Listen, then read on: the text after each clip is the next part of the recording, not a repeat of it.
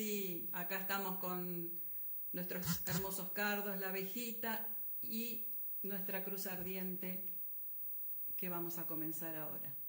¿Mm? Bueno, comienzo. La cruz ardiente, capítulo número 1. Dichosa la novia sobre la que brilla el sol.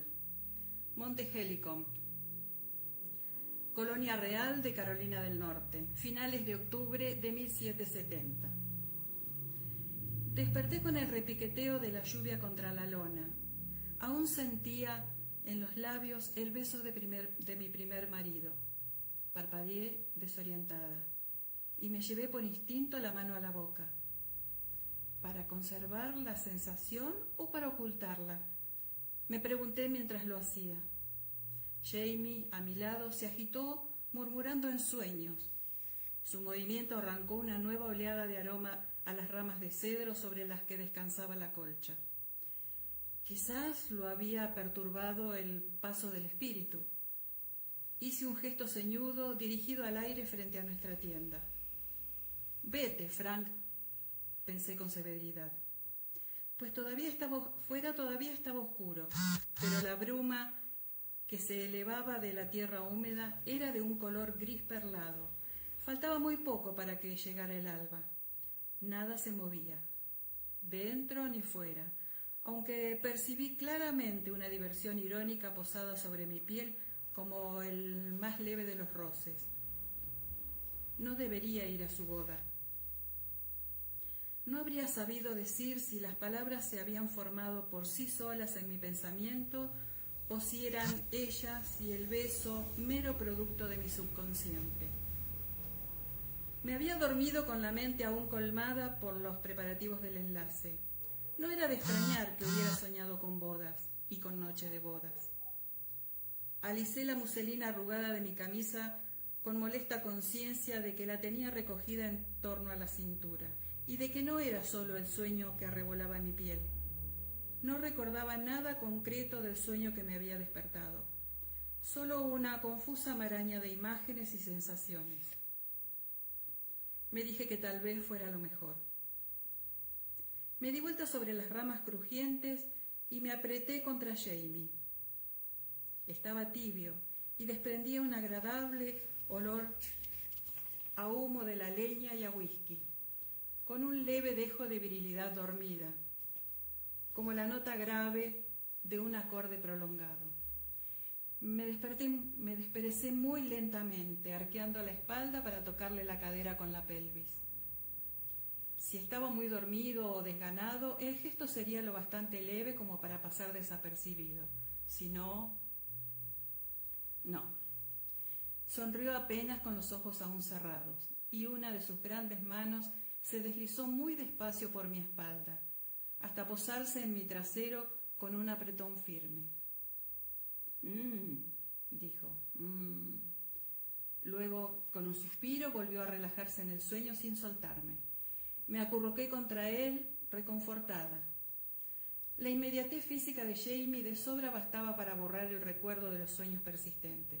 Y Frank, si es que era Frank, tenía razón hasta cierto punto.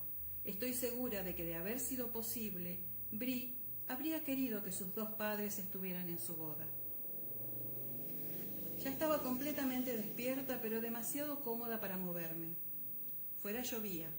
Era una lluvia tenue y el aire frío y húmedo hacía más atractivo el cálido nido de edredones que la distante perspectiva del café caliente.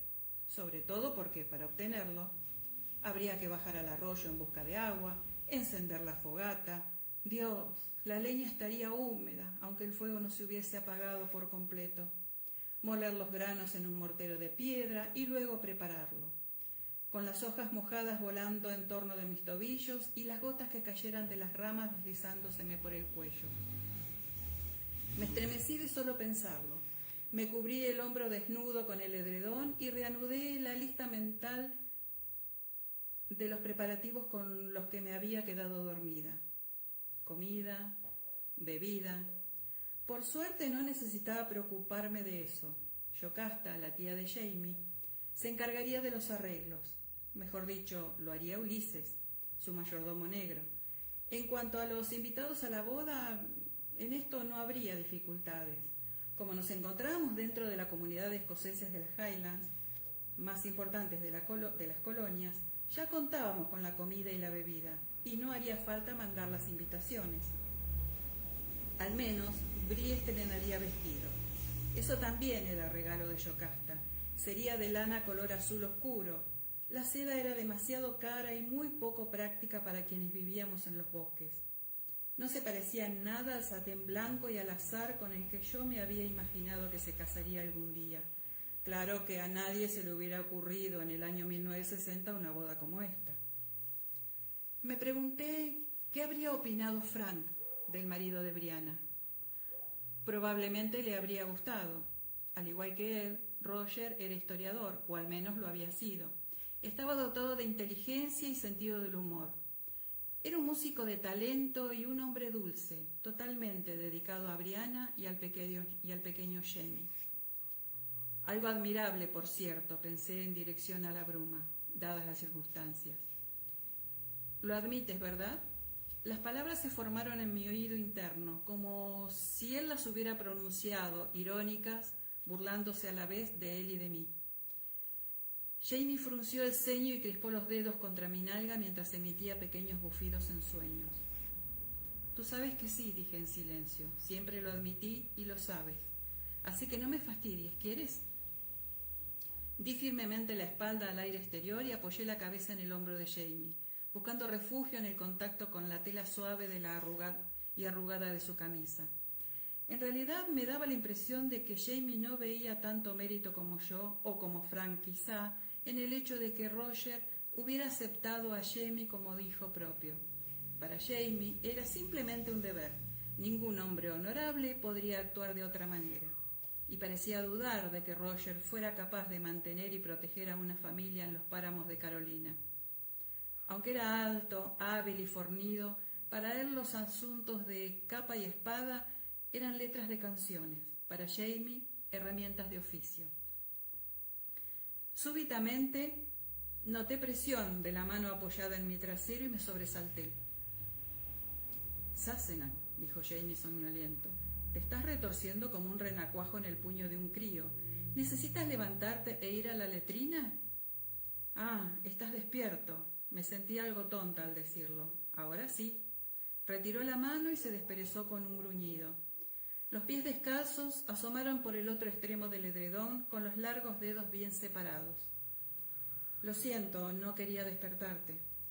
No te preocupes, me tranquilizó. Luego carraspeó y, parpadeando, se pasó una mano por las ondas rojizas del pelo suelto.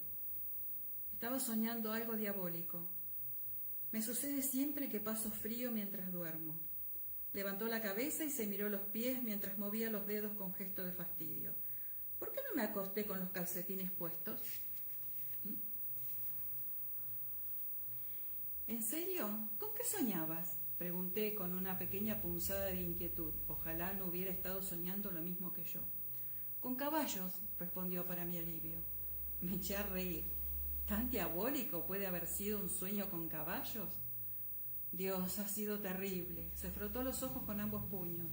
Luego sacudió la cabeza como si tratara de quitarse el sueño de la mente. Tenía que ver con los reyes irlandeses. ¿Recuerdas lo que contaba Mackenzie anoche junto a la fogata? Los reyes y... ¡Ah, sí! El recuerdo me hizo reír otra vez. Roger, arrebolado por el triunfo de su reciente compromiso, había obsequiado al grupo reunido en torno a la fogata con canciones, poemas y entretenidas anécdotas históricas. Entre ellas, los ritos con los que se decía que los antiguos irlandeses coronaban a sus reyes. Uno de estos requería que el candidato triunfador copulara con una yegua blanca ante las multitudes congregadas, presumiblemente para demostrar su virilidad. En mi opinión, no obstante, parecía más bien una prueba de sangre del caballero. El caballo estaba a mi cargo, me informó Jamie, y todo salía mal. El hombre era demasiado bajo y yo debía buscar algo donde pudiera subirse. Encontré una roca, aunque no pude levantarla. Luego un taburete, pero al cogerlo se le desprendió una pata. A continuación traté de apilar ladrillos para hacer una plataforma y se deshicieron en arena. Al final me dijeron que no importaba, que podían cortarle las patas a la yegua. Yo trataba de que no lo hicieran, mientras el hombre que iba a ser rey tiraba de sus pantalones quejándose de que no podía desabotonarse la bragueta.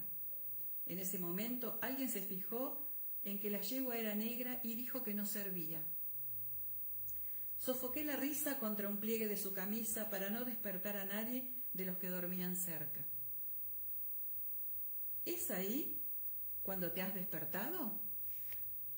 No, por algún motivo eso me ofendió mucho. Dije que sí, que serviría, y que en realidad era mucho mejor la yegua negra, pues todo el mundo sabe que los caballos blancos son débiles y que la descendencia sería ciega.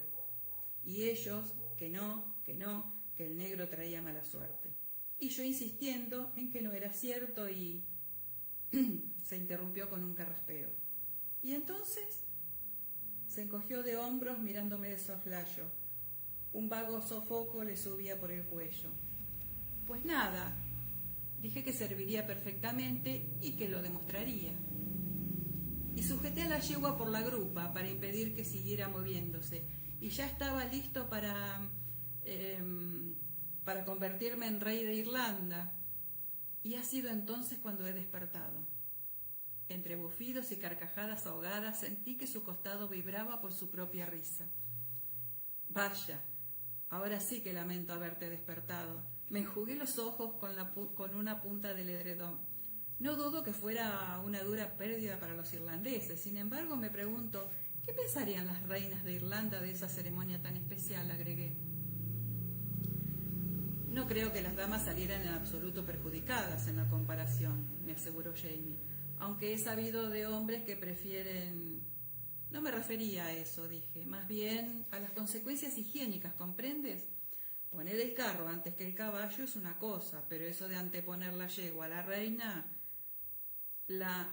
sí, su cara estaba roja de risa, y ante esto su tez se oscureció aún más. Pues puedes decir lo que quieras de los irlandeses, Asenath, aunque creo que se lavan de vez en cuando, y dadas las circunstancias, es posible que el rey encontrara útil un poco de jabón en ¿in media res?, sugerí. Seguro que no. Al fin y al cabo, el caballo es bastante grande, relativamente hablando. No es solo cuestión de espacios, Asenath, sino también de disposición, observó él lanzándome una mirada de reproche, y en esas circunstancias comprendería que el hombre necesitara un poco de ánimo. De todas maneras se dice in medias res, añadió. ¿No has leído a Horacio ni a Aristóteles?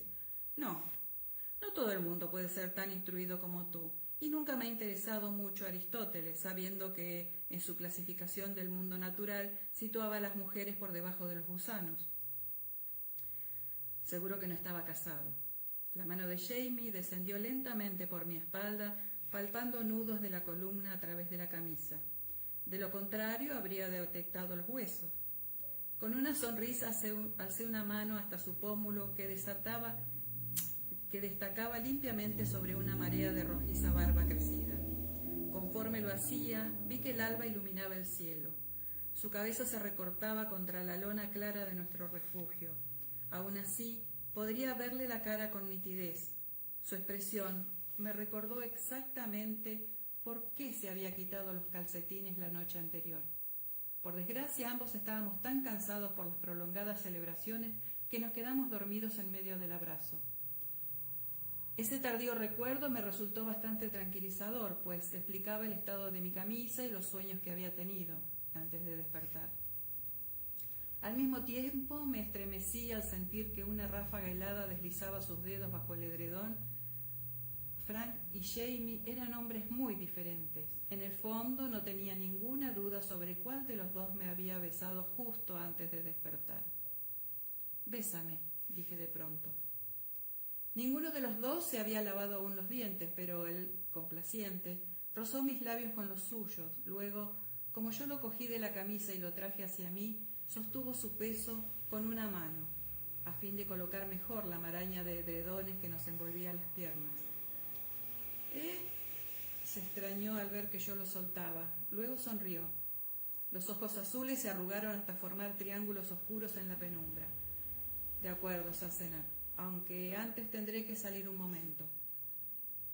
Arrojó el edredón a un lado para levantarse. Desde mi posición en el suelo gozaba de una visión poco ortodoxa que me proporcionó tentadoras vistas por debajo de su larga camisa de lino.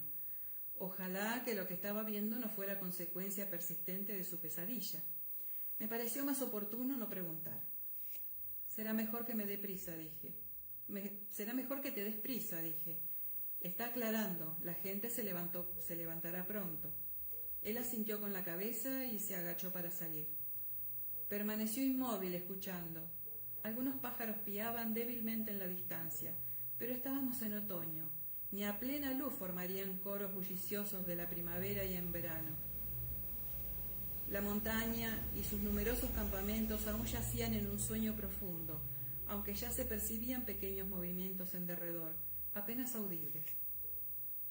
Me pasé los dedos por el pelo, huecándolo en torno a los hombros, y rodé sobre mí misma en busca de la botella de agua. Al sentir el aire frío en la espalda, miré por encima del hombro. La aurora ya estaba allí, y la bruma había desaparecido. Fuera, el aire estaba gris pero quieto. Tomé el anillo de oro que llevaba en la mano izquierda. Me había sido devuelto la noche anterior, y aún me era extraño después de su larga ausencia. Quizá era ese anillo lo que había convocado a Frank a mis sueños. Quizás esa noche, durante la ceremonia de la boda, lo tocaría de nuevo deliberadamente, con la esperanza de que él pudiera ver la felicidad de su hija a través de mis ojos. Por ahora, sin embargo, él había desaparecido y eso me alegraba. Un sonido leve, no más potente que el lejano reclamo de los pájaros, llegó flotando en el aire, el fugaz llanto de un bebé al despertar. En otros tiempos yo había pensado que cualesquiera que fuese las circunstancias, no debía haber más de 2 personas en el lecho conyugal. Aún lo creía. Con todo, un bebé era más difícil de borrar que el espectro de un antiguo amor. El lecho de Brianna y Roger debía dar cabida a 3 a la fuerza. La cara de Jamie apareció junto al borde de lona, reflejando nerviosismo y alarma. Será mejor que te vistas, Claire. Los soldados se están formando junto al arroyo. ¿Dónde están mis calcetines? Me incorporé de un brinco. Lejos, ladera abajo, los tambores comenzaban a redoblar. La niebla fría se acumulaba como si fuera humo alrededor de las hondonadas, como una gallina clueca sobre un único huevo. Una nube se había posado sobre el monte Helicon, y la humedad adensaba el aire. Parpadeando y legañosa, crucé un tramo de pastos duros rumbo al lugar donde se había congregado un destacamento del 67 Regimiento de Highlands, formados en todo su esplendor en la orilla, con los tambores rugientes y el gaitero de la compañía tocando a pleno pulmón, parecían majestuosamente impermeables a la lluvia. Yo sentía mucho frío y no poco fastidio. Al acostarme, esperaba despertar con café caliente y un desayuno nutritivo al que seguirían 2 bodas, 3 bautizos, 2 extracciones de muela, la extirpación de una uña infectada y otras entretenidas formas de sano contacto social de las que requieren whisky. En lugar de eso, tras despertar de un sueño inquietante, se me había conducido a un juego amoroso para luego arrastrarme bajo una llovizna fría y medias, maldita res. Al parecer, para que escuchara alguna proclama, y aún no había café. Los escoceses del campamento habían tardado en levantarse para bajar la colina con paso vacilante, cuando al fin el gaitero emitió la última ráfaga y concluyó con un jadeo discordante. Tenía la cara purpúrea. Con los ecos aún resonando en las laderas, el teniente Archibald Hayes dio un paso al frente. Su nasal acento de Fife era bien audible. Además tenía el viento a favor, y aún así creo que quienes estaban algo más arriba podían oír muy poco. Nosotros, en cambio, nos encontramos al pie de la cuesta, a escasos 20 metros del teniente. Pese al castañeteo de mis dientes, oí cada una de sus palabras. Por su excelencia el caballero William Tryon, capitán general de su majestad, gobernador y comandante en jefe y sobre esta provincia, leyó Hayes levantando la voz hasta el aullido para imponerse a los ruidos del viento y del agua y a los murmullos premonitorios de la muchedumbre. La humedad amortajaba árboles y rocas en una bruma chorreante. De las nubes caían intermitente aguanieve o lluvia helada. Los vientos erráticos habían hecho descender la temperatura a unos 15 grados. Mi pantorrilla izquierda, sensible al frío, palpitaba allí donde 2 años atrás me había roto un hueso. Alguien, dado a los presagios y a las metáforas, habría sentido la tentación de extraer comparaciones entre ese clima horrible y la lectura de la proclama gubernamental. Las perspectivas eran de igual modo estremecedoras. Considerando, tronó Hayes conforme dirigía a la multitud una mirada fulminante por encima de su papel, que he recibido información de que gran número de escandalosos y alborotadores se reunieron tumultuosamente en la ciudad de Heidelberg en los días 24 y 25 del mes pasado durante la sesión del Tribunal Superior de Justicia de ese distrito, para oponerse a las justas medidas de gobierno y en abierta violación de las leyes de su país, atacando audazmente al juez asociado de su majestad en la ejecución de su cargo, y asimismo golpeando e hiriendo bárbaramente a varias personas durante la sesión de dicho tribunal, y manifestando otras indignidades e insultos al gobierno de su majestad, cometiendo violentísimos atropellos contra las personas y propiedades de los habitantes de dicha ciudad, brindando por la condena del legítimo soberano, el rey Jorge, y por el éxito del aspirante. Hayes hizo una pausa y cogió aire con el que llegar al fin de la cláusula siguiente. Después de inflar el pecho con un zumbido audible, continuó leyendo. Por lo tanto, con el fin de que las personas involucradas en dichos actos escandalosos puedan ser llevadas ante la justicia, actuando con el asesoramiento y el consentimiento del Consejo de su Majestad, pronuncio esta mi proclama, instando y comprometiendo estrictamente a todos los jueces de paz de su Majestad. Instando y comprometiendo estrictamente a todos los jueces de paz de su Majestad existentes en este gobierno para que ejecuten diligentes investigaciones en cuanto a los crímenes anteriormente citados y para que reciban las declaraciones de aquellas personas que se presenten ante ellos para proporcionar información sobre lo antedicho, declaraciones estas que me serán transmitidas con el fin de ser presentadas ante la Asamblea General de New Bern el 30º día del próximo mes de noviembre, fecha hasta la cual permanecerá prorrogada para el inmediato despacho de asuntos públicos. Una inhalación final. Llegado ese momento, la cara de Hayes estaba casi tan purpúrea como la del gaitero.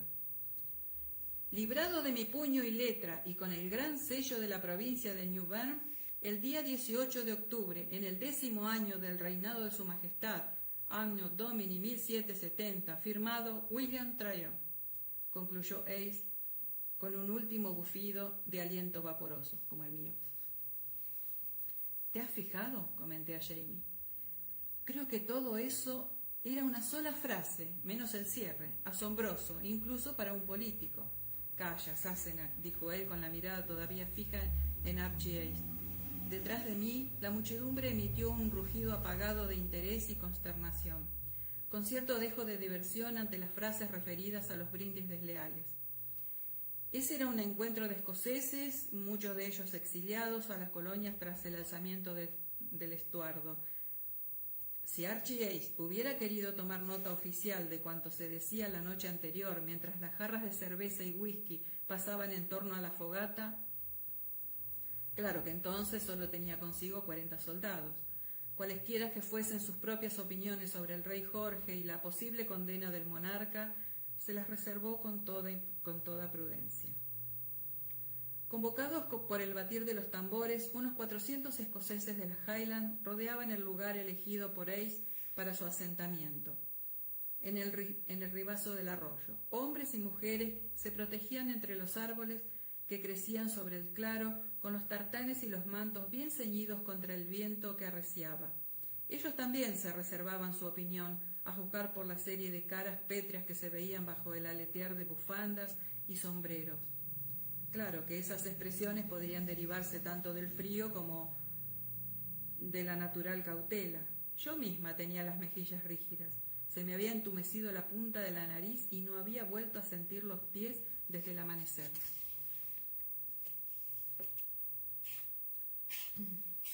Toda persona que desea hacer declaraciones relativas a estos gravísimos asuntos puede confiarlas a mi atención, anunció el teniente, con su redonda cara oficialmente inexpresiva.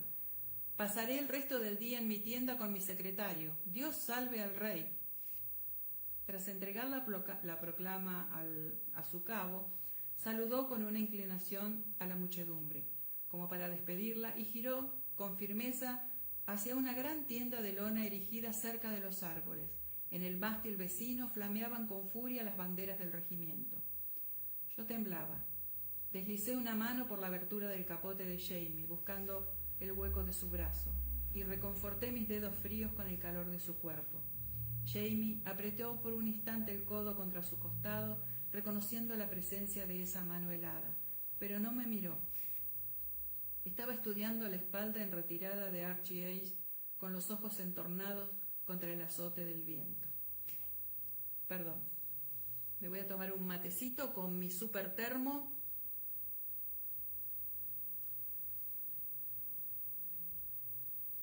El teniente era un hombre compacto y sólido, de poca estatura, aunque dotado de considerable presencia. Caminaba con firmeza, como si ignorara la presencia de la gente reunida en la ladera. Desapareció dentro de su tienda tras de dejar la lona levantada por si alguien quería entrar.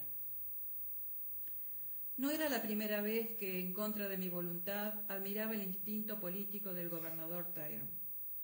Era obvio que se estaba leyendo esa proclama en todas las ciudades y aldeas de la colonia. Podría haber dejado que un alguacil o un magistrado local llevara a nuestra reunión su mensaje de furia oficial. En cambio, se había tomado la molestia de enviar a Hayes. Archibald Hayes había tomado el campo de Culloden al lado de su padre, cuando solo tenía 12 años. En el combate fue herido, capturado y enviado al sur. Cuando se le ofreció la posibilidad de elegir entre ser trasladado o incorporarse al ejército, escogió la mesnada del rey y sacó el máximo partido a la situación. El hecho de que hubiera llegado oficial antes de cumplir los 40, en una época en que la mayoría compraba sus nombramientos en vez de ganarlos, era testimonio suficiente de su talento. Era tan atractivo como competente. El día anterior, invitado a compartir nuestra comida y nuestro fuego, había pasado la mitad de la noche conversando con Jamie, la otra mitad paseando de fogata en fogata bajo la tutela de mi esposo, que lo presentó a los jefes de todas las familias importantes que allí se encontraban. ¿Y de quién fue la idea?, me pregunté, levantando la vista hacia Jamie. Su nariz larga y recta estaba enrojecida por el frío y los ojos entornados por el viento, pero su cara no dejaba entrever lo que pensaba, y eso era señal de que estaba pensando algo bastante peligroso. ¿Acaso sabía de antemano lo de esa proclama? Ningún oficial inglés al mando de tropas inglesas habría podido llevar semejante noticia a una reunión como la nuestra y esperar la menor colaboración. Sin embargo, Ace y sus escoceses, tan leales con sus faldas de tartán, no se me pasaba por alto que Ace había hecho levantar su tienda de espaldas a un denso pinar. Si alguien deseaba hablar en secreto con el teniente, podía aproximarse a través del bosque sin que nadie lo viera. Espera que alguien se aparte de la multitud, corra a su tienda y se rinda de inmediato, murmuré a Jamie. Personalmente sabía que entre los presentes al menos una docena de hombres había tomado parte de los disturbios de Wilbur. 3 de ellos estaban allí mismo, al alcance de mi brazo. Al ver la dirección de mi mirada, Jamie apoyó una mano sobre la mía y me la estrechó, recomendándome en silencio que fuera discreta. Lo miré levantando las cejas. ¿No iría a pensar que yo iba a denunciar a nadie por descuido? Él me dedicó una leve sonrisa y una de esas irritantes miradas maritales que decían con más claridad que las palabras: ya sabes cómo eres, Asenath. Basta verte la cara para saber lo que piensas. Me acerqué un poco más para darle un discreto puntapié en el tobillo, aunque mi semblante fuera transparente, pero no despertaría ningún comentario en una muchedumbre como esa. Él no hizo el menor gesto de dolor, por el contrario, su sonrisa se amplió aún más. Deslizando un brazo por debajo de mi capote, me estrechó contra sí con la mano contra mi espalda. Hobson, McLennan y Fowles, agrupados frente a nosotros, conversaban en voz baja. Los tres provenían de un diminuto asentamiento llamado Duncan's Creek, perdón por mi inglés, a unos 24 kilómetros de nuestra casa del Cerro Fraser. Hope Fowles, yerno de Joe Hobson, era muy joven. No tenía más de 20 años, aunque estaba haciendo lo posible por mantener la compostura. Su cara había palidecido, cubierta de sudor frío, durante la lectura de la proclama. Yo ignoraba qué pensaba hacer Tyrone, con quien hubiera tomado parte de los disturbios, pero percibí las corrientes de inquietud que el mensaje del gobernador había creado. Cruzaban la muchedumbre como las ondulaciones del agua que corría sobre las piedras en el arroyo cercano. En Wilbur, la gente había destruido varios edificios y sacado a rastras a unos cuantos funcionarios públicos para atacarlos en la calle. Según los rumores, un juez de paz, irónico título, había perdido un ojo a consecuencia de un cruel golpe de látigo. Al ver que esas manifestaciones de desobediencia civil podían afectarlo, el juez Henderson había escapado por una ventana para huir de la ciudad, lo cual impidió efectivamente que hubiera sesión en el tribunal. Era obvio que el gobernador estaba muy irritado por lo sucedido. George Hobson miró a Jamie, luego apartó la vista. La presencia del teniente de nuestra fogata la noche anterior no había pasado desapercibida. Si Jamie detectó esa mirada, no la devolvió. Se limitó a encoger un hombro, al tiempo que inclinaba la cabeza hacia mí. Dudo que Ace espere que nadie se entregue. Quizá está obligado a pedir información. Gracias a Dios, yo no estoy obligado a responder. No había hablado en voz muy alta, pero sí lo suficiente como para que sus palabras llegaran a los oídos de Joe Hobson. Este volvió la cabeza para dedicar a Jamie un pequeño gesto de irónico reconocimiento. Luego tocó a su yerno en el brazo y ambos se alejaron subiendo por la cuesta hacia los campamentos diseminados arriba, donde las mujeres estaban atendiendo las fogatas y ocupándose de los niños más pequeños. Era el último día del encuentro. Esa noche habría bodas y bautizos, la bendición formal del amor y de sus bulliciosos frutos surgidos de las entrañas de esa multitud carente de iglesia durante todo el año anterior. Después se anotarían las últimas canciones, se entonarían las últimas canciones, se contarían los últimos cuentos y se bailaría entre las llamas saltarinas de muchas hogueras, con lluvia o sin ella. Al llegar la mañana, los escoceses y sus familias se dispersarían para regresar a sus hogares, diseminados desde las riberas pobladas del río Cape Fear hasta las montañas silvestres del oeste, llevando noticias de la proclama gubernamental y de los hechos de Wilbur. Moví los dedos dentro de los zapatos húmedos intranquila, preguntándome quién, entre toda esa multitud, podía sentirse en el deber de responder a la invitación de Hayes a confesar o discriminar o incriminar. Jamie no, por descontado. Pero tal vez otros sí. Durante la semana de la reunión se había oído con frecuencia alardear sobre los disturbios de Wilbur, aunque no todos los que lo escucharon estaban dispuestos a considerar héroes a los alborotadores. Sentí el murmullo de conversación que rompía tras la proclama. Las cabezas giraban, las familias se reunían y algunos hombres iban de grupo en grupo transmitiendo el discurso de Hayes colina arriba, repitiéndolo a quienes no lo habían oído por estar demasiado lejos. ¿Nos vamos? Hay mucho que hacer antes de las bodas. ¿Sí? Jamie me echó un vistazo. Yo creía que los esclavos de Yocasta se encargarían de la comida y la bebida. Entregué los tonales de whisky a Ulises, que será el Johan. ¿Ulises? ¿Ha traído su peluca? La idea me hizo sonreír. El Johan era el hombre que se encargaba de servir la bebida y el refrigerio en las bodas de las Highlands. En realidad, la palabra significaba algo así como hombre alegre y cordial. Ulises era posiblemente la persona más digna que yo hubiera visto jamás, aún sin su librea y su peluca de crin empolvada. Sí, la ha traído. Por la noche la tendrá pegada a la cabeza. Jamie levantó la vista hacia el cielo, encapotado mientras negaba. Dichosa la novia sobre la que brilla el sol. Citó. Dichoso el cadáver sobre el que cae la lluvia. Eso es lo que me gusta de los escoceses, comenté secamente. Tienen un refrán adecuado para cada ocasión. No te atrevas a decir eso delante de Brie. ¿Por qué me tomas, Asena? Acusó mirándome con una media sonrisa. Es mi hija, ¿no?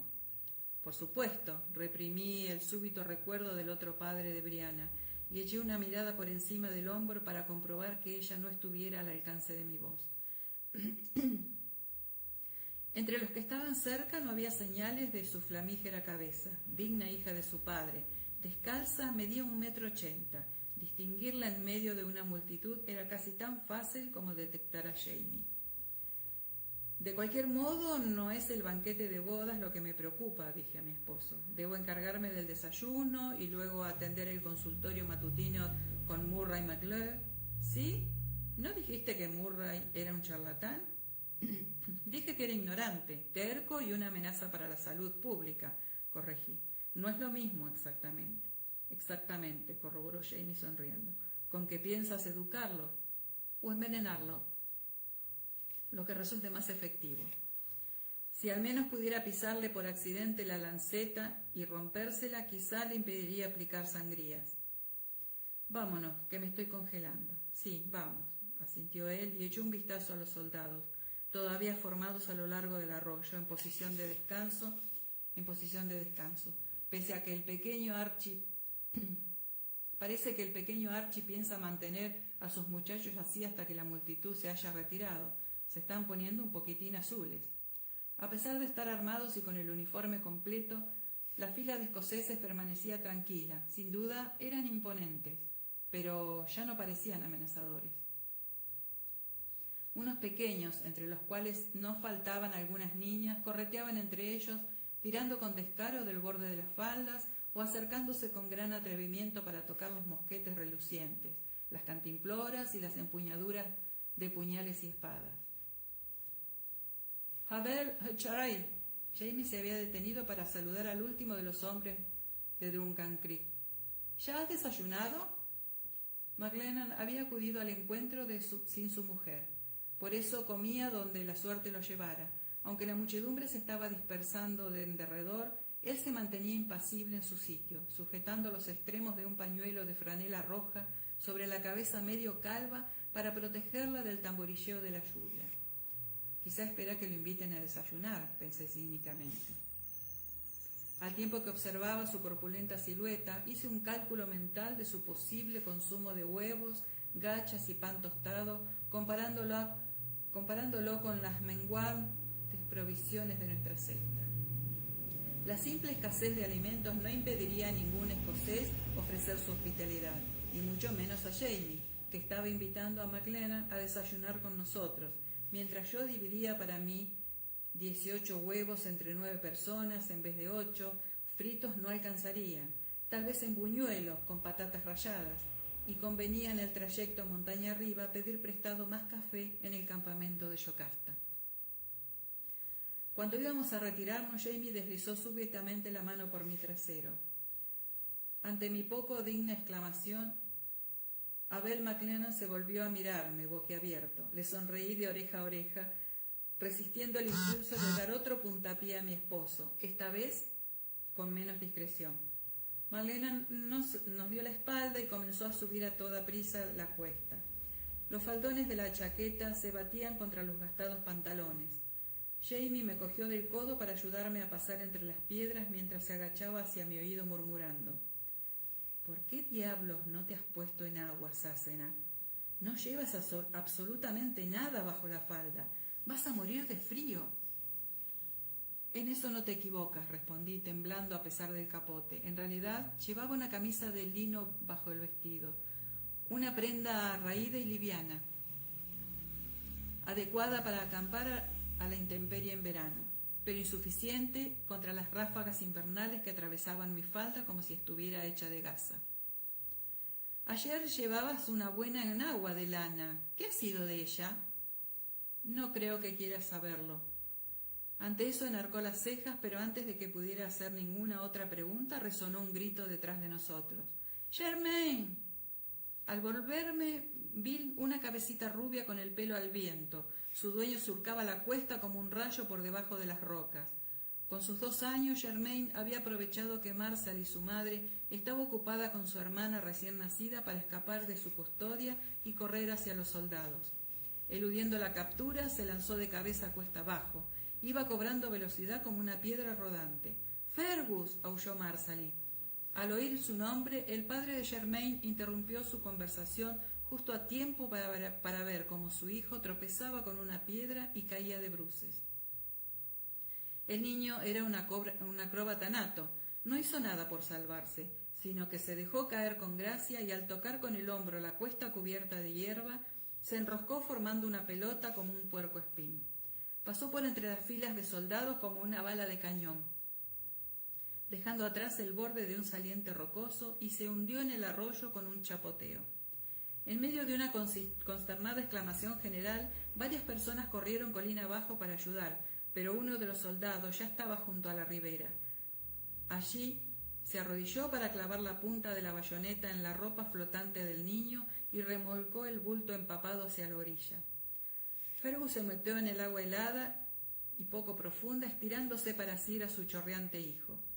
«Merci, mon amour, merci beaucoup», dijo el joven soldado. «Estoy Gabriel», agregó sacudiendo a su vástago que escupía. «Comen vos su pequeño cabeza hueca». El soldado parecía sorprendido, pero no supe si era por la particular manera de hablar de Fergus o por el centelleante garfio que ocupaba el lugar de la mano izquierda. «Todo está bien, señor», dijo con una sonrisa tímida. «Creo que no se ha hecho daño». Brianna salió de pronto detrás de un castaño con Jemmy, de 6 meses, apoyado en su hombro, y cogió a la pequeña Joan de brazos de Marshall. «Dame a Joan», dijo, «tú ocúpate de Germain». Jamie se quitó el pesado capote de los hombros para tendérselo a Marshall. «Sí, y dile a ese muchacho, al soldado que lo ha rescatado, que venga a compartir nuestra fogata», le dijo. «¿Podemos alimentar a otros, Asenath?» «Por supuesto», dije, rehaciendo velozmente mis cálculos mentales. 18 huevos, 4 gasas de pan duro para tostar, no, debía reservar 1 para el viaje de vuelta a casa, al día siguiente, 3 docenas de tortillas de avena, si es que Jamie y Roger no se las habían comido ya, medio frasco de miel. El rostro flaco de Marshall se iluminó con una sonrisa melancólica dirigida a los 3. Luego desapareció corriendo en auxilio de los empapados y tiritones hombres de la familia. Jamie la siguió con la vista mientras dejaba escapar un suspiro de resignación, y el viento inflaba las mangas anchas de su camisa con un zumbido sordo. Luego cruzó los brazos en el pecho, encorvando los hombros contra el viento, y me sonrió de soslayo. «Supongo que nos congelaremos juntos, Asenath, pero no importa, de cualquier modo no querría vivir sin ti». «Venga», dije amistosamente, «Jane Fraser, pero si tú eres capaz de vivir desnudo en un témpano de hielo y derretirlo, ¿qué ha sido de tu chaqueta y tu tartán?» Aparte de zapatos y calcetines, no llevaba puesto más que la falda escocesa y la camisa. Sus altos pómulos estaban enrojecidos por el frío, al igual que las puntas de las orejas. Pero al deslizar una mano en el hueco de su brazo, lo encontré tan tibio como siempre. «No preguntes», respondió muy sonriente, mientras me cubría la mano con una palma grande y encallecida. «Vamos, estoy famélico y quiero desayunar». «Espera», dije apartándome. Nada dispuesto a compartir los brazos de su madre con la recién llegada, Jamie chillaba y se retorcía a modo de protesta. Su cara pequeña y redonda estaba enrojeciendo de irritación bajo la gorra azul de punto. Alargué los brazos para cogerlo mientras se retorcía envuelto en las ropas. «Gracias, mamá». Brianna sonrió levemente mientras acomodaba a la recién nacida contra su hombro. ¿Estás segura que prefieres a Jamie? La niña es más tranquila y pesa la mitad. No, está bien, calla, tesoro, ven con tu abuelita. Sonreí al decirlo mientras aún la sensación de sorpresa y deleite que me causaba ser abuela de alguien. Al reconocerme, el pequeño abandonó su escandalera para asumir sin más su papel de lapa aferrada a la piedra, agarrándose a mi pelo con los puños regordetes. Desenredé sus dedos para mirar por encima de su cabeza, pero allá abajo parecía estar todo bajo control. Fergus, con los pantalones y los calcetines chorreando agua, se había envuelto los hombros con el capote de Jamie y estaba estrujando la pechera de la camisa con una sola mano mientras decía algo al soldado que había rescatado a Germain. Marsaly se había quitado el manto para envolver al pequeño. Su pelo rubio volaba por debajo del pañuelo como telarañas al viento. Atraído por el bullicio, el teniente Hayes espiaba desde la abertura de su tienda, como un molusco desde su concha. Al levantar la mirada se encontró con la mía. Después de alzar la mano en un breve saludo, seguí a mi familia hacia nuestro campamento. Jamie le dijo a Brianna algo en gaélico mientras la ayudaba a cruzar un tramo pedregoso del sendero delante de mí. Sí, estoy lista, respondió ella en nuestro idioma. ¿Dónde está tu chaqueta, papá? Se la he prestado a tu marido, dijo él. No conviene que se presente a su boda con aspecto de mendigo, ¿verdad? Bree se echó a reír al tiempo que con la mano libre apartaba de su boca un mechón de pelo rojo. Antes mendigo que suicida fallido. ¿Cómo has dicho? Me puse a la altura de ellos en el momento en que salíamos de la protección de las rocas. El viento se lanzó a través del espacio abierto, azotándonos con aguanieve y punzantes fragmentos de grava. Estiré la gorra tejida de Jamie para cubrirle más las orejas y luego le tapé la cabeza con la manta. Uf. Brianna encorvó los hombros hacia el bebé que tenía en brazos, protegiéndola de las ráfagas. Cuando ha comenzado el redoble de tambores, Roger se estaba afeitando. Ha estado a punto de rebanarse el cuello, le explicó Jamie. La pechera de su chaqueta se ha manchado de sangre. Bree miró a su padre con los ojos lacrimosos por el viento. ¿Con que lo has visto esta mañana? ¿Sabes dónde está ahora? Sano y salvo, le aseguró él. Le he dicho que fuera a hablar con el padre de Nahue mientras Hayes nos leía lo suyo. La miró con aspereza. ¿Podrías haberme dicho que el chico no era católico? Podría, dijo ella sin perturbarse, pero no quise. A mí no me preocupa. Si con esa peculiar expresión quieres decir que no tiene importancia, empezó Jamie secamente, pero lo interrumpió la llegada de Roger, resplandeciente con la falda de tartán verde y blanco de los Mackenzies y la manta escocesa de la misma tela sobre la chaqueta y el chaleco de mi marido. La chaqueta le sentaba bastante bien, pues ambos eran del mismo tamaño, de miembros largos y anchos de hombro, aunque Jamie le sacaba 3 o 4 centímetros, y el color gris iba tan bien con su pelo oscuro y su piel olivácea como con los mechones rojizos de Jamie. «Te queda muy bien, Roger», comenté. «¿Dónde te has cortado?» Su cara tenía un tono rosado típico de la piel recién afeitada, pero por lo demás no había marcas a la vista. Roger entregó el envoltorio de tartán rojo y negro que traía bajo el brazo su manta escocesa. Luego inclinó la cabeza a un lado para mostrarme un tajo profundo justo debajo de la mandíbula. «Justo aquí. No ha sido nada, pero ha sangrado como el demonio. Por algo llaman a esas navajas degolladoras, ¿verdad?» La herida ya tenía una nítida línea oscura de costra de 7 u 8 centímetros.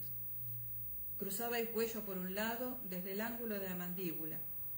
Toqué la piel circundante. No estaba mal. El filo había penetrado limpiamente sin dejar colgajos que necesitaran sutura.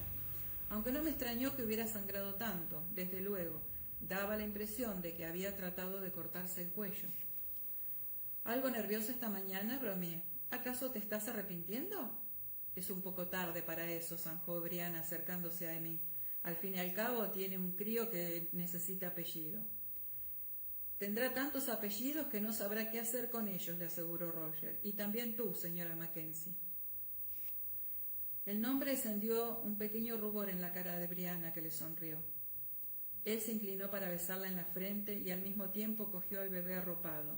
Al sentir el peso del bulto por su cara pasó una expresión de consternada. Lo miró estupefacto. No es el nuestro, explicó Bree muy sonriente. Es Joan, la de Marsalie. Jamie está con mamá.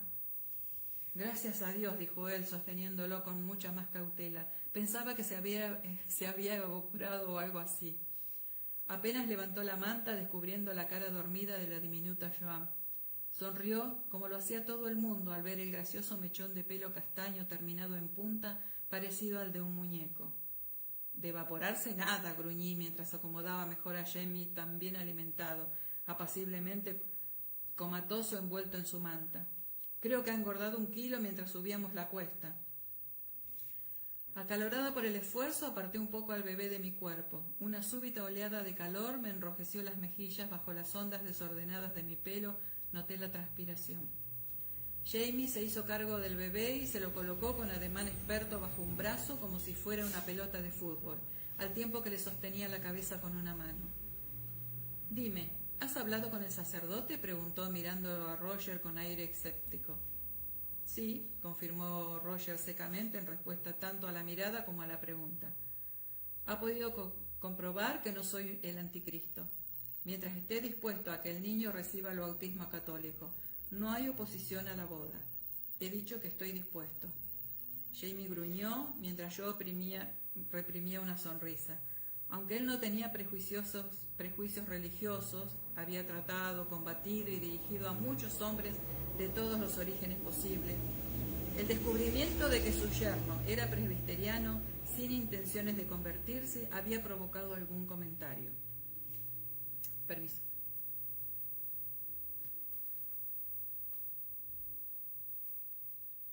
Bree me buscó la mirada para dedicarme una sonrisa de soslayo.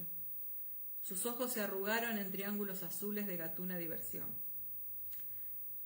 «Has sido muy prudente al no mencionar la religión antes de tiempo», susurré, cuidando de que Jamie no pudiera oírme. Los 2 hombres caminaban delante de nosotras, aún bastante tiesos, aunque los extremos de las mantas de los bebés que iban colgando, malograban un poco la formalidad de su actitud. Jamie dejó escapar un súbito berrido. Como su abuelo lo incorporó sin alterar el paso, volvió a quedarse tranquilo a través del hombro de Jamie y fijó en nosotras los ojos redondos protegidos por la capucha de su manta. Yo le hice una mueca y entonces rompió en una enorme sonrisa sin dientes. Roger quería explicarlo, pero le pedí que guardara silencio. Bree le sacó la lengua a Jamie, luego clavó una mirada de esposa en la espalda de Roger. Sabía que si esperábamos hasta un momento antes de la boda, papá no armaría un alboroto. Reparé a un tiempo en su astuta evaluación de la conducta paterna y su desenvuelto uso del escocés. Su parecido con Jamie iba mucho más allá de la apariencia externa.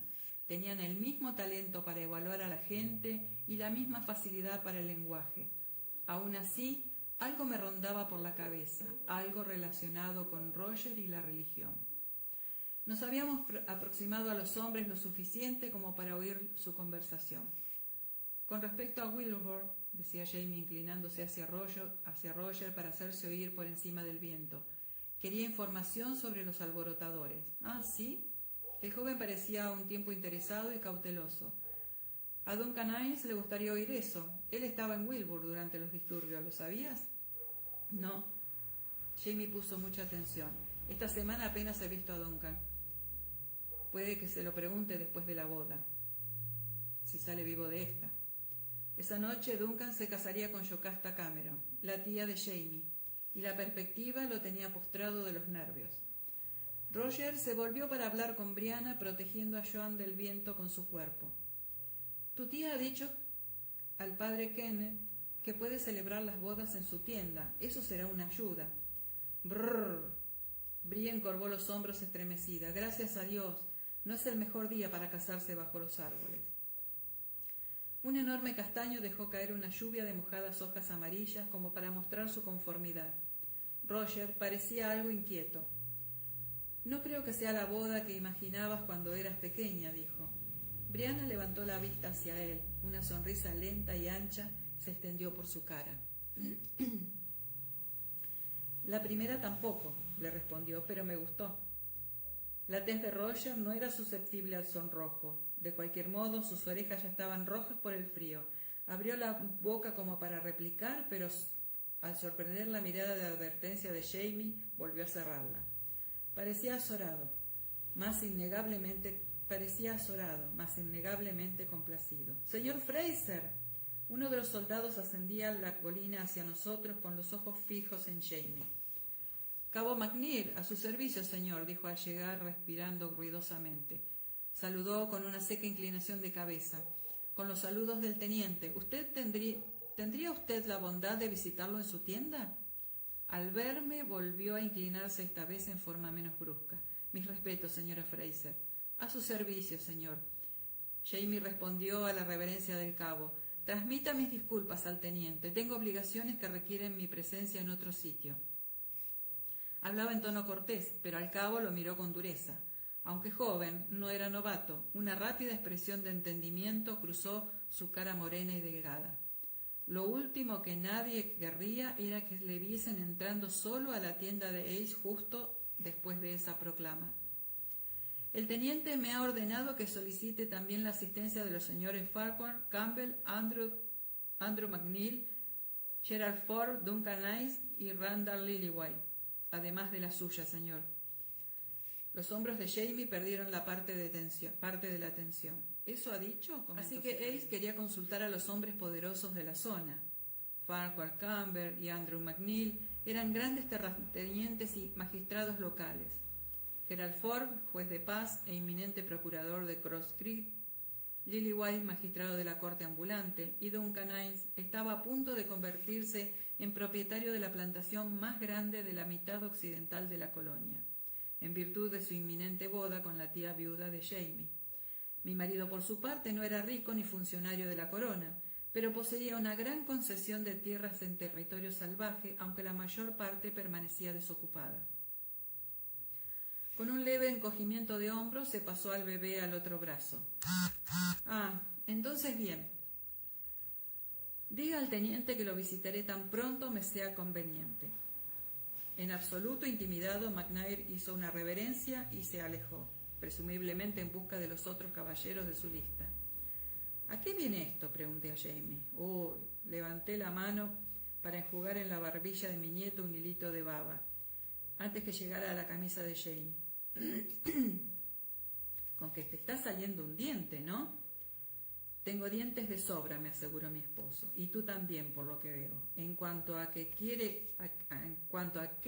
Ace de mí, no lo sé con certeza, y tampoco tengo intenciones de averiguarlo antes de lo necesario. Me miró enarcando una ceja rojiza y yo me eché a reír. Sí, que eso de conveniente tiene cierta flexibilidad, ¿no es cierto? No he dicho conveniente para él, señaló Jamie. Ahora bien, con respecto a tu enagua, Sassenach, ¿y por qué andas correteando por el bosque con el trasero desnudo? Duncan Ochoroy. La expresión irónica de su rostro se fundió en auténtico placer al ver a Duncan Ice que venía hacia nosotros atravesando el bosquecillo de cornejos. Con cierta dificultad, debido a la falta del brazo izquierdo, Duncan trepó sobre un tronco caído y salió al sendero donde estábamos, sacudiéndose las gotas de agua del pelo. Ya había vestido para la boda, llevaba una camisa de volantes limpia y almidonada sobre el quil y una chaqueta de paño escarlata ribeteada de encaje dorado. La manga vacía estaba recogida hacia arriba y prendida con un broche. Nunca había visto a Duncan tan elegante y así se lo dije. Bueno, dijo azorado, es lo que deseaba la señora.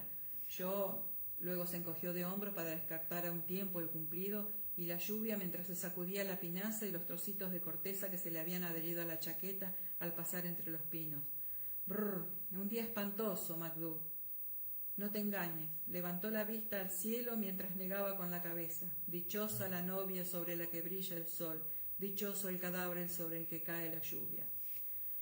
En realidad no sé hasta qué punto se puede esperar que un cadáver sea feliz, comenté, cualesquiera sean las condiciones meteorológicas, pero estoy seguro de que Yocasta será feliz a pesar del día. Al ver la expresión de desconcierto que cruzaba las facciones de Duncan, me apresuré a añadir, y también a usted. Por supuesto. Oh, sí, murmuró algo inseguro. Sí, desde luego, se lo agradezco, señora. Cuando te vi venir a través del bosque, pensé que tendrías al cabo McNeil pisándote los talones, observó Jamie. ¿No vas a visitar a Archie Ashe, verdad?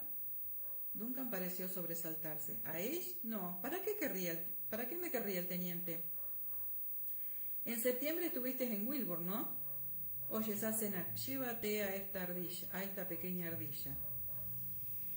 Jamie se interrumpió para entregarme a Jamie, que había decidido participar más activamente de lo que estaba sucediendo e intentaba trepar por el torso de su abuelo, clavándole las puntas de los pies y emitiendo fuertes gruñidos.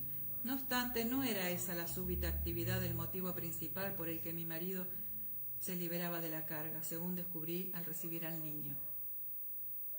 Muchísimas gracias, dije, arrugando la nariz. Jamie me sonrió de oreja a oreja y echó a andar con Duncan camino arriba mientras reanudaban la conversación. Yo olfateé con cautela. ¿Ya has terminado? No, creo que no. Jamie cerró los ojos, se puso muy rojo y emitió un ruido restallante, como el de una ametralladora con sordina. Aflojé sus envolturas apenas lo suficiente para echarle un vistazo. ¡Uf! Exclamé mientras retiraba a toda prisa la manta, justo a tiempo. ¿Con qué te alimenta tu madre? Encantado al verse libre de sus ataduras, Jamie agitó las piernas como si fuesen aspas de molino, con lo que una desagradable sustancia amarillenta manó por sus perneras abolsadas del pañal. ¡Puah! Exclamé, tan solo cargando al niño con los brazos estirados. Me alejé del sendero hacia uno de los pequeños arroyuelos que serpenteaban por la ladera. Iba pensando que si bien podía prescindir de las comodidades como el agua corriente y los coches, sinceramente a veces echaba de menos cosas tales como las bragas de plástico para los pañales, por no mencionar de los rollos de papel higiénico. Encontré un buen sitio a la orilla del arroyuelo con una gruesa capa de hojas caídas que formaban una especie de lecho. Allí me arrodillé y, extendiendo un pliegue de mi capa, coloqué encima a Jamie. Coloqué encima a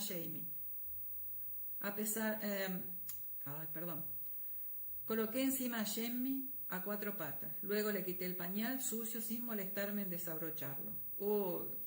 Exclamó él, sorprendido por el contacto del aire frío. Apretó las gordezuelas nalgas, encorvándose como un sapo rosado. ¡Ja! Le dije. Si te asusta un poco de aire frío en el trasero, espera y verás. Con un puñado de hojas mojadas amarillas y pardas, lo limpié con brío. El niño fue bastante estoico. Se retorció, pero sin chillar. En cambio se quejó cuando hurgué por sus repliegues. Lo tendí rápidamente de espaldas y con una mano sobre la zona peligrosa apliqué un tratamiento similar en sus partes íntimas. Eso provocó una enorme sonrisa sin dientes. «Ah, con que eres todo un escocés del Highland, ¿eh?», comenté devolviéndole la sonrisa. «¿Y qué quieres decir con eso, Sassenach?». Al levantar la vista descubrí a Jamie apoyado en un árbol al otro lado del arroyuelo. Los atrevidos colores de su tartán de gala y la camisa de lino blanco se destacaban intensos contra el descolorido follaje otoñal. No obstante, la cara y el pelo le daban el aire de algún morador del bosque. Todo él de color bronce y castaño rojizo. El viento sacudía los mechones libres del pelo, haciéndolos bailar igual que las hojas escarlatas del arce bajo el que se encontraba. Al parecer, es insensible al frío y la humedad, expliqué, arrojando el último puñado de hojas sucias al terminar mi tarea. Por otra parte, no he tenido mucho trato con bebés varones, pero ¿esto no es bastante precoz? Jamie curvió hacia arriba una comisura de la boca ante la visión que se revelaba bajo mi mano. El diminuto apéndice asomaba tan erguido como mi pulgar y aproximadamente del mismo tamaño. «Ah, no», explicó. «He visto a muchos pequeños en cueros. Todos hacen eso de vez en cuando». Y se encogió de hombros ensanchando la sonrisa. «Ahora bien, no sé si ocurre solo con los pequeños escoceses». «Habilidad que mejora con los años, me atrevería a decir», concluí secamente. Arrojé el pañal sucio al otro lado del arroyuelo, donde cayó a sus pies con un ruido de chapoteo. «Quítale los imperdibles y enjuaga eso, ¿quieres?». Arrugó un poco la nariz larga y recta, pero se arrodilló al momento. Luego se levantó con tiento y entre dos dedos aquella cosa repugnante. Ah, con que esto era lo que habías hecho con tus enaguas, comentó. Yo había abierto el bolsillo que me colgaba de la cintura para sacar un rectángulo de tela limpia ya plegado. No era del tipo de pañal que él sostenía, sino una franela suave, gruesa, muy lavada y teñida con rojo claro con zumo de bayas. Me encogí de hombros. Después de revisar a Jamie, por si hubiera nuevas explosiones, lo coloqué encima del pañal limpio. Con 3 bebés de pañales y un clima tan húmedo, nada se seca, andamos escasos de trapos limpios. Alrededor del claro donde habíamos acampado, los arbustos estaban festoneados de colada que flameaba, casi toda aún mojada gracias a esa lluvia inoportuna. Toma. Jamie se estiró por encima de los 30 centímetros de agua sembrada de piedras para entregarme los imperdibles que había extraído del pañal sucio. Los cogí con cuidado para que no cayeran en el arroyo. Tenía los dedos rígidos y helados y los imperdibles eran valiosos. Bree los había hecho con alambre caliente, mientras Roger tallaba en madera las capuchas del extremo, guiándose por los dibujos de mi hija. Eran auténticos imperdibles, si bien algo más grandes y toscos que la versión moderna. El único defecto era en realidad la cola utilizada para pegar la cabeza de madera al alambre, hecha con leche hervida y trozos de pezuña. Como no era del todo impermeable, había que volver a pegar las cabezas de vez en cuando. Plegué cómodamente el pañal en torno a la ingle de Jamie y atravesé la tela con un alfiler, sonriendo al ver la cabeza de madera. Bree había tallado en un juego una pequeña y cómica rana, con una ancha sonrisa sin dientes. «Hala, ranita, ya estás listo». Con el pañal bien asegurado me senté con el niño en mi regazo para bajarle el vestido y tratar de envolverlo de nuevo en su manta. «¿A dónde ha ido Duncan? ¿A ver al teniente?» Jamie negó con la cabeza agachado y pendiente de su tarea. Le he dicho que no fuera aún. Es cierto que estaba en Wilbur durante aquellos disturbios. Es mejor que espere un poco. De ese modo, si Ace pregunta, él podrá jurar sin faltar a la verdad que ninguno de los hombres presentes aquí participó en el alboroto. Levantó la vista con una sonrisa carente de humor. Cuando caiga la noche ya no habrá ninguno. Observé sus manos grandes y hábiles que escurrían el pañal enjuagado. Por lo general, las cicatrices de su diestra eran casi invisibles, pero en ese momento se destacaban enmelladas líneas blancas contra la piel enrojecida por el frío. Todo aquello me inquietaba un tanto, aunque parecía que no guardaba vinculación directa con nosotros. En general, no experimentaba más que un leve nerviosismo cuando pensaba en el gobernador Tyrone. Al fin y al cabo, él estaba cómodamente refugiado en su nuevo palacio en New Bern, separado de nuestro pequeño asentamiento del Cerro Fraser por 480 kilómetros de ciudades costeras, plantaciones, pinares, montañas sin caminos y un páramo aullante. Con tantos motivos como él tenía para preocuparse, como los autoproclamados reguladores que habían aterrorizado a Wilbur, y los comisarios y jueces corruptos que habían provocado ese terror, a duras penas tendría tiempo para pensar en nosotros. Eso esperaba yo. Aún así, seguía en pie el incómodo hecho de que Jamie fuera titular de una gran concesión de tierras en las montañas de Carolina del Norte, como un presente del gobernador Tyrone, y el gobernador, a su vez, tenía en el bolsillo del chaleco un dato pequeño pero importante, que Jamie era católico, y las concesiones de tierras por cuenta del rey solo se podían hacer en beneficio de protestantes. Dado el poco significativo número de católicos de la colonia y la falta de organización que imperaba entre ellos, la religión rara vez era un problema. No había iglesias ni sacerdotes católicos residentes. El padre Donahue había hecho el arduo viaje desde Baltimore a petición de Yocasta.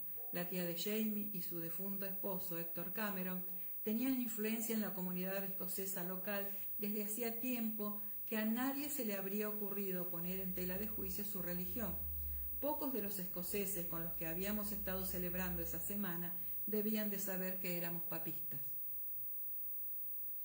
Sin embargo, era probable que se enteraran muy pronto. Esa noche el sacerdote casaría a Brie y Roger, que vivían juntos desde hacía un año, así como a otras 2 parejas católicas de Bermerton, y también a Yocasta y a Duncan Hines. Archie Ace, dije de pronto, ¿es católico? Jamie colgó el pañal húmedo en una rama cercana. Luego se sacudió el agua de las manos. No se lo he preguntado, dijo, pero creo que no. Es decir, su padre no lo era. Me sorprendería que lo fuera él, y más aún siendo oficial. Cierto. Las desventajas de haber nacido escocés y pobre, ex jacobino, eran ya bastante abrumadoras. Resultaba sorprendente que Ace las hubiera superado para elevarse hasta su rango actual, sin la carga adicional del papismo. No obstante, no era por el teniente Ace y sus hombres por quienes yo estaba preocupada, sino por Jamie. De puertas afuera se lo veía tan sereno y seguro de sí mismo como de costumbre, con esa vaga sonrisa siempre escondida en los labios.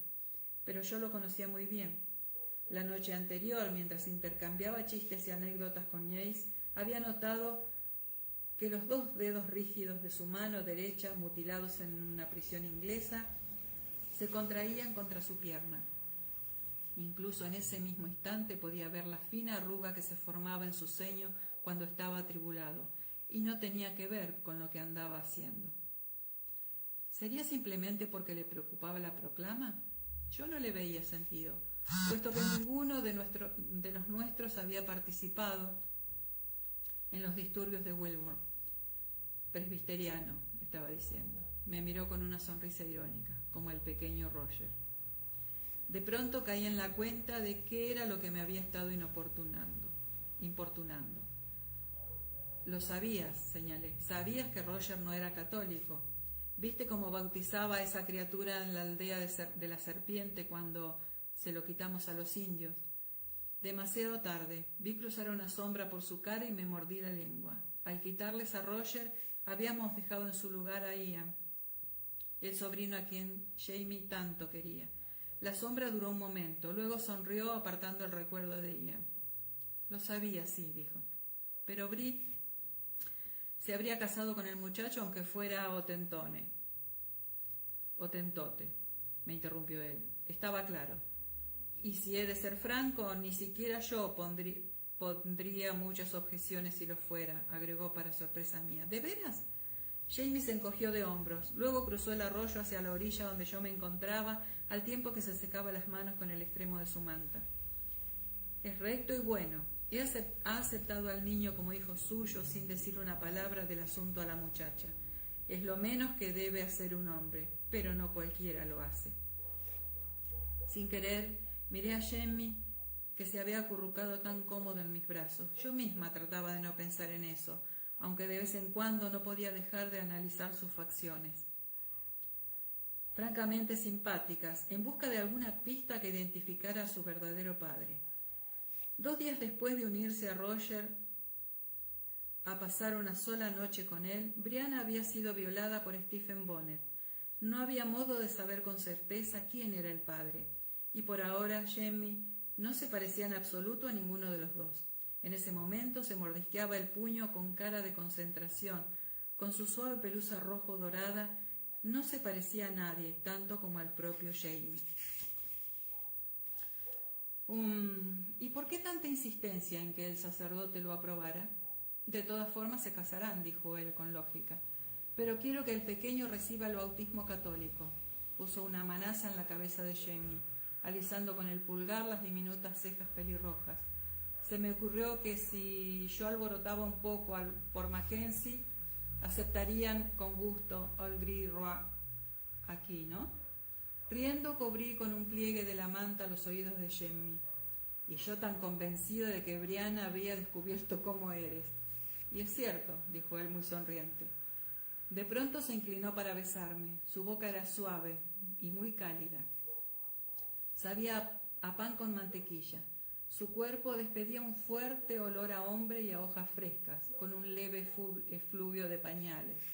Oh, qué agradable, dije con aprobación. Hazlo de nuevo. Alrededor del bosque todo estaba en silencio, como siempre ocurre en los bosques. No se oían pájaros ni bestias por arriba solo el susurro del follaje y el murmullo del agua bajo nuestros pies. Movimiento constante, sonido constante, y en el centro de todo, una paz perfecta. Aunque había mucha gente en la montaña y la mayoría no estaba tan lejos, en ese lugar, en ese momento, era como estar solos en Júpiter. Abrí los ojos con un suspiro, percibiendo un sabor a miel. Con una sonrisa, Jamie me quitó una hoja amarilla del pelo.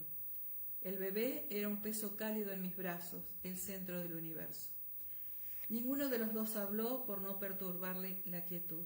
Era como estar en el extremo de una peonza en movimiento, un torbellino de sucesos y personas que pasaban alrededor.